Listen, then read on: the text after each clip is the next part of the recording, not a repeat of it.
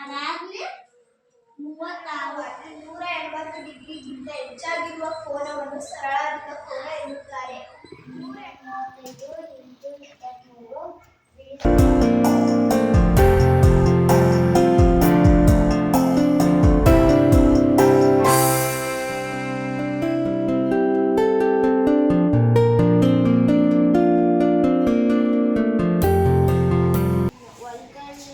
ನೀರು ತುಂಬಿಕೊಂಡು ಪೈರೆಲ್ಲ ಹಾಳಾಗುತ್ತೆ ಅಂತ ಹೇಳ್ಬಿಟ್ಟು ದಡದಲ್ಲಿ ಮಲ್ಲಿಗೆ, ಸಂಪಿಗೆ ಹಾಗೂ ಗುಲಾಬಿ ಗಿಡಗಳು ಇದ್ದವು.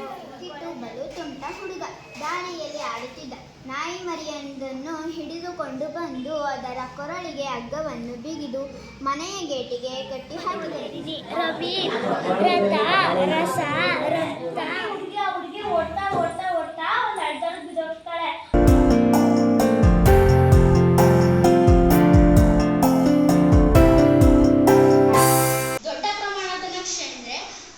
ಚಿಕ್ಕ ಪ್ರದೇಶವನ್ನು ದೊಡ್ಡದಾಗಿ ತೋರಿಸಿರೋದು.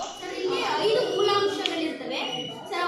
ಸರ್ ಮೊದಲನೇದು ಶೀರ್ಷಿಕೆ ಅಂದ್ರೆ ಇದು ಬಿಳಿ ಬಣ್ಣವು ಹಿಮಾವೃತ ಪ್ರದೇಶವನ್ನು ತೋರಿಸುತ್ತೆ. ಇದು ನಮ್ಮ ಊರಿನ ನಕ್ಷೆ. ಮಹಡಿಗೆ ಆಯತದ ಸಿಂಬಲ್ ಕೊಟ್ಟಿದ್ದೀನಿ. ಇದು ಏಷ್ಯಾ ಖಂಡ, ಪ್ರಪಂಚದಲ್ಲಿ ದೊಡ್ಡ ಖಂಡ. ವಾಲುವಿಕೆ ತೋರಿಸುತ್ತದೆ. ಗೋಳ.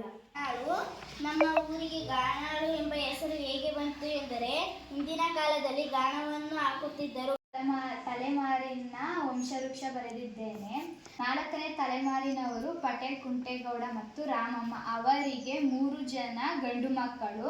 ಮತ್ತೆ ಇದು ಯಾವ ಕಾಲದಿಂದ ಇದೆ ಅಂತಾನು ನಾವು ತಿಳ್ಕೊಬಹುದು. ಈ ನಾಣ್ಯಗಳಿಂದ ಅದು ಯಾವ ಕಾಲಾವಧಿಯಲ್ಲಿ ಬಳಸ್ತಿದ್ರು ಅಂತ ಗೊತ್ತಾಗುತ್ತೆ.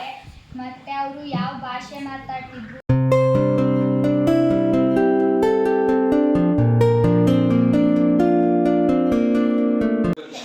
ಬಲೂನ್ ವೈಬ್ರೇಷನ್ ಆದಾಗ ಈ ಗಾಳಿ ಇರುತ್ತಲ್ಲ, ಗಾಳಿ ಮುಖಾಂತರ ಹೋಗಿ ಗಾಳಿ ವೈಬ್ರೇಷನ್ ಆಗಿ ಕಿವಿಗೆ ಬರುತ್ತೆ. ಕಿವಿ ಟಮಟೆ ವೈಬ್ರೇಷನ್ ಆಗುತ್ತೆ. ಟಮಟೆ ವೈಬ್ರೇಷನ್ ಆದಾಗ ನಮ್ ಕಿವಿಗೆ ಕೇಳಿಸುತ್ತೆ.